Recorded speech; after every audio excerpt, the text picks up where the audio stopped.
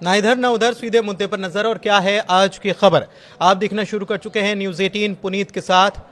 एक ऐसा हथियार इजराइल के हाथ लगा है जिससे वो बड़ी तबाही ला सकता है। जी हां, सैकड़ों और हजारों नहीं बल्कि लाखों लोगों की जान जा सकती है। इजराइल ऐसा कर भी रहा है। कैसे कर रहा है, कौन सा हथियार है, ईरान को कैसे अमेरिका घेरने की तैयारी कर रहा है, इन सब मसलों पर बात करने वाले हैं। मेरे साथ मेरे सहयोगी आनंद मौजूद हैं। सबसे पहले इजराइल के उस हथियार की बात कर लेते हैं। आनंद, खबर बताइए। बिल्कुल, इजराइल के पास जो भी हथियार है ना, उस हथियार से एक तरीके से मिडिल ईस्ट ही नहीं पूरी दुनिया में तबाही आ सकती है। और वो हथियार है भूखमरी। और इस समय भूखमरी से परेशान है कौन? गाजा, फिलिस्तीनी। और करीब 20 लाख फिलिस्तीनी इससे परेशान हो चुके हैं। दरअसल हुआ क्या है कि इजराइल ने नाकेबंदी कर दी है अपने बॉर्डर पर। और इजराइल के बॉर्डर से ही संबंधित जाते हैं सहयोग जाते हैं यूएन से जो भी सहयोग आते हैं वो गाजा जाता है इजराइल के माध्यम से। अब उसने क्या किया है, पिछले 4 हफ्ते से नाकेबंदी लगा करके रखी है। अब यूएन का इस पे बयान आता है और यूएन कहता है कि मुश्किल से 1 हफ्ते भी अब नहीं बचे हैं आटे गाजा के पास। तो इससे क्या हो गया है कि वहाँ पर जो परिस्थितियाँ हो गई हैं, जो फिलिस्तीनी हैं वो भूखे मर रहे हैं, भूखे मरने की नौबत आ गई है।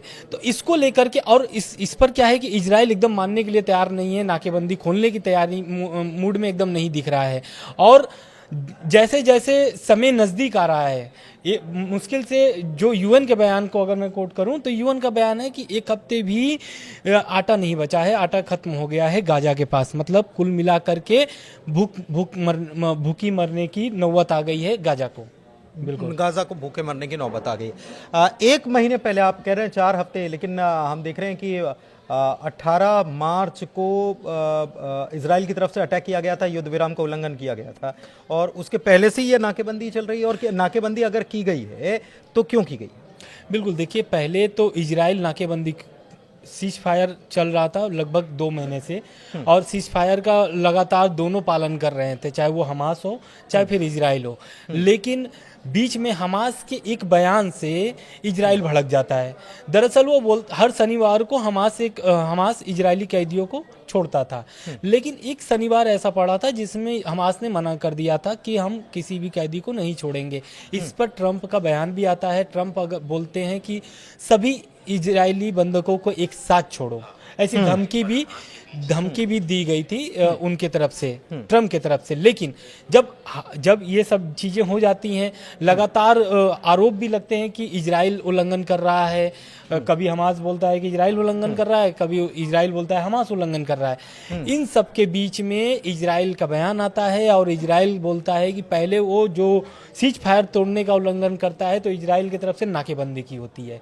पहले वो जो वॉर नहीं करता है, पहले बमबारी नहीं करता है, पहले होता है ना कि रीढ़ की हड्डी तोड़ना, तो गाजा की रीढ़ की हड्डी तोड़ी नाकेबंदी करके। यानी कि जो खाने के सामान पहुंचते हैं वो अब लगभग 4 हफ्ते से नहीं पहुंच रहे हैं, 18 मार्च से अगर देखा जाए तो फिर कैसे काम चल रहा है? बिल्कुल, अब जो उनके पास सामान बचे हुए थे वो उसी पर उनकी सारी चीज़ें चलती रही थी। मतलब जो भी खाने उस समय तक पहुंच गए थे, अब उसी में वो लोग काम चला रहे हैं। मतलब जिसके पास अगर उदाहरण अगर मैं दूं, जिसके पास अगर 5 किलो आटा पहुंचने थे तो वहाँ पर अब 2.5 किलो। बहुत सारी एजेंसियां वहाँ पे काम कर रही है, सहयोग कर रही है गाजा में लोगों की, पीड़ितों की। अब वो लोग भी सहयोग आधा कर दिए हैं।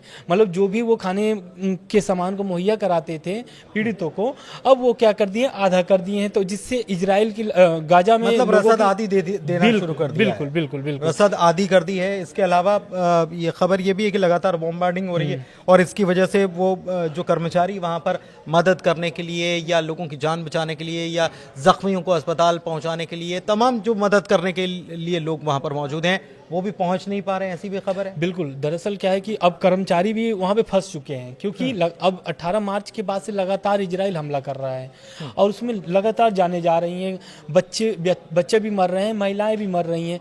अब उसमें जो कर्मचारी सहयोग करने के लिए गए थे वो भी अब उसमें मतलब एक तरीके से निशाने पर आ गए हैं, क्योंकि उनको भी वही परेशानी सहना पड़ रहा है जो गाजा में रहने वाले लोगों को पड़ रहा है। तो कहीं ना कहीं अब कर्मचारी भी जो सहयोग कर रहे थे अब धीरे धीरे वो भी पीछे हट रहे हैं।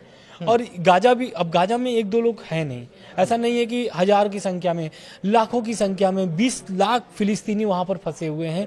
और अब जो नौबत आई है भूखे मरने की, तो उसमें 20 लाख लोगों के मरने की नौबत है। मतलब और इजराइल, अगर ये नाकेबंदी जो आप कह रहे हैं अगर ये नहीं खोली गई तो बहुत बुरे हालात हो सकते हैं, और गाजा में जो फिलिस्तीनी रह रहे हैं उनके भूखों मरने की स्थिति, मतलब उनको दाने दाने को मोहताज कर देने की कोशिश इजराइल कर रहा है फिलिस्तीनियों के साथ। और ये सच में और सबसे, दुनिया देख रही है ये। बिल्कुल दुनिया। अब यूएन तो इस पर बयान, यूएन का इसीलिए बयान आता है क्योंकि यूएन क्या करता है, यूएन का तो अपना है UNRW है, वो अपना सहयोग माध्यम से, संस्था के माध्यम से सहयोग करता है।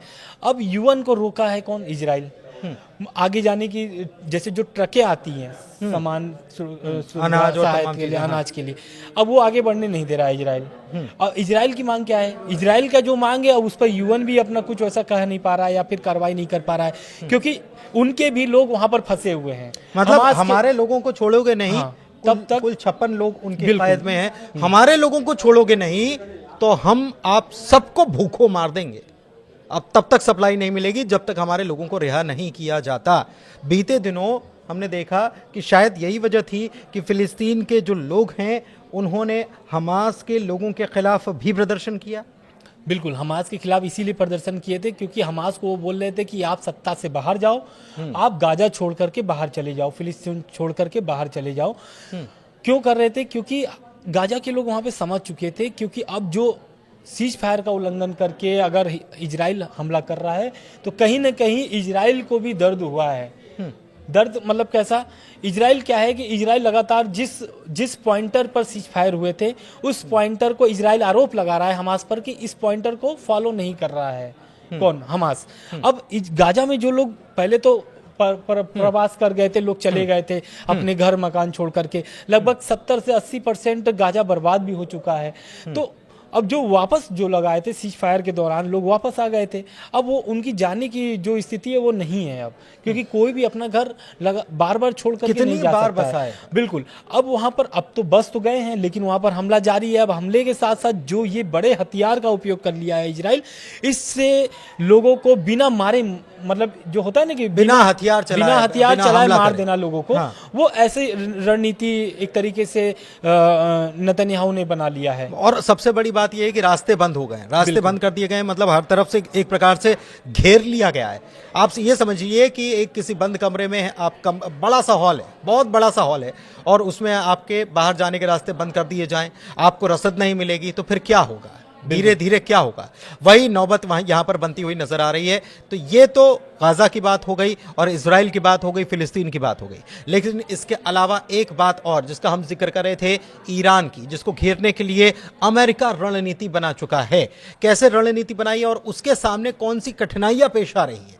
अमेरिका को भी मुस्लिम मुल्क चेता रहे हैं। क्या चेता रहे हैं और ईरान मुस्लिम साथियों को क्या चेता रहा है, इसी को समझते हैं आनंद से। आनंद बताइए। बिल्कुल, देखिए ईरान के साथ क्या हुआ है कि ईरान लगातार धमकी दे रहा था अमेरिका को, अमेरिका भी लगातार ईरान को धमकी दे रहा था, लेकिन इस बीच जो आता है अमेरिका को झटका लगता है और ऐसा लगता है कि ईरान की सपोर्ट में कुछ मुस्लिम देश जो है वो समर्थन में आ गए हैं। फैसले से लगता है, दरअसल मिडिल ईस्ट में बहुत सारे एयरबेस हैं अमेरिका के, उसमें से कुल 5 देश जो है वो एयरबेस को यूज करने से मना कर दिया है अमेरिका को। और अमेरिका जो है अगर हमला करता है, जैसा कि ट्रंप बोल रहे हैं कि बमबारी होगी और ऐसी बमबारी होगी कि ईरान कभी पहले ऐसा नहीं देखा होगा, तो ये जो बमबारी होगी तो ऐसा थोड़ी नहीं कि अमेरिका से डायरेक्ट होगा, अमेरिका के जो मिडिल ईस्ट में एयरबेस है वहां से अमेरिका हमला करेगा। तो ईरान भी वैसा ही प्लान बना करके रखा है कि अगर हमला करता है अमेरिका तो पहले मिडिल ईस्ट में जितने भी अमेरिका के एयरबेस है उसको तबाह किया जाएगा, अगर वहां से हमला होता है। बिल्कुल। और अगर हमला होगा तो अब जैसे उसमें आ जाएंगे, कतर आ जाएगा, कुवैत आ जाएगा, सऊदी अरब आ जाएगा, यूएई आ जाएगा, ओमान आ जाएगा, इराक आ जाएगा। इन सभी देशों में जो है कि अगर जाहिर सी बात है अब इन देशों से हमला होगा अमेरिका का, तो जाहिर सी बात है इस पर ही हमला करेगा ईरान, तो कहीं ना कहीं इसमें मुस्लिम देश आपस में लड़ जाएंगे। और अमेरिका के तो उसमें वहाँ पे तो कुछ ही सैनिक तैनात रहेंगे, ऐसा तो है नहीं कि अमेरिका पूरा वहाँ पर अपने पूरी सैनिक तैनात करके रखा है। अमेरिका को कुछ नुकसान होगा, लेकिन जिस पर हमला होगा वो पूरी तरीके से प्रभावित हो जाएगा। दूसरी बात, इस हमले में वो अब आप सबको पता है कि मिडिल ईस्ट में यूएई के पास कितना तेल भंडार है, सऊदी अरब के पास कितना तेल भंडार है, कतर के पास कितना है, इराक के पास कितना है, सबके पास तेल भंडार है। अगर हमला होगा तो जाहिर सी बात है ईरान तेल भंडार को भी निशाना बनाएगा। इस कारण से ये कुल 5 जो देश थे अमेरिका को मना कर देते हैं साहब कि भाई साहब अगर आप हमला करते हैं ईरान पर तो मैं इसमें सम्मिलित नहीं होना चाहता हूँ, मेरी जगह का इस्तेमाल मत करना, मेरे जगह का इस्तेमाल मत करिए। दूसरा कि अगर आप मेरे जगह का इस्तेमाल करेंगे तो कहीं ना कहीं मैं पूरी तरीके से प्रभावित हो जाऊंगा। एक चीज और है, ये हमला करना और वॉर, इसमें फर्क होता है। देखिए आनंद, बिल्कुल ठीक है। और अमेरिका ने कहा है कि हम इतने बम बरसाएंगे, तो यानी कि वैसे भी अमेरिका इतनी दूर से ये युद्ध जो है वहाँ लड़ा तो वहां नहीं जाएगा, अमेरिका और ईरान के बीच में डायरेक्ट तो लड़ा नहीं जाएगा, इसमें बीच में बहुत सारी जमीन है ना, तो ये वहां लड़ा जाएगा। इसके अलावा भी कुछ स्ट्रेटेजी के तौर पर कुछ जंगी बेड़े जहाज जो है वो तैयार कर दिए हैं क्या? बिल्कुल, जंगी बेड़े तो देखिए पहले तो आप देख रहे होंगे कि सीज फायर पहले अमेरिका ने कराया था, किससे?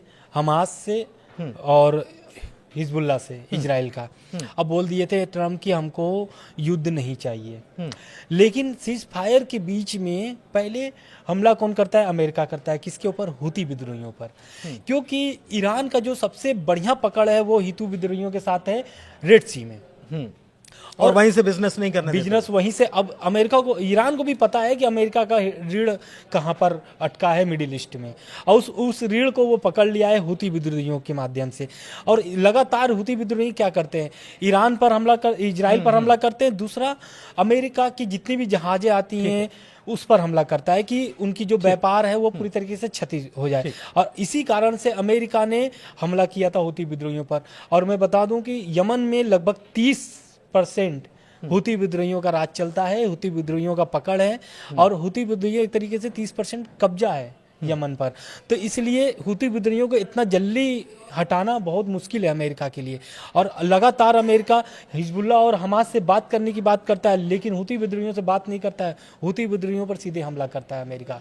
और इस बात को लेकर के ईरान कई बार बोल चुका है कि मैं हुती विद्रोहियों को कोई भी सपोर्ट नहीं करता हूँ, ऐसा। लेकिन आरोप ऐसा ही आता है कि हुती विद्रोही लगातार सपोर्ट कर रहा है ईरान का, ईरान भी सपोर्ट कर रहा है, ऐसा है। बिल्कुल। एक चीज़ और देखिए, आपको बता दें कि युद्धपोत या एयरक्राफ्ट कैरियर जो हैं उनकी तैनाती शुरू हो गई है।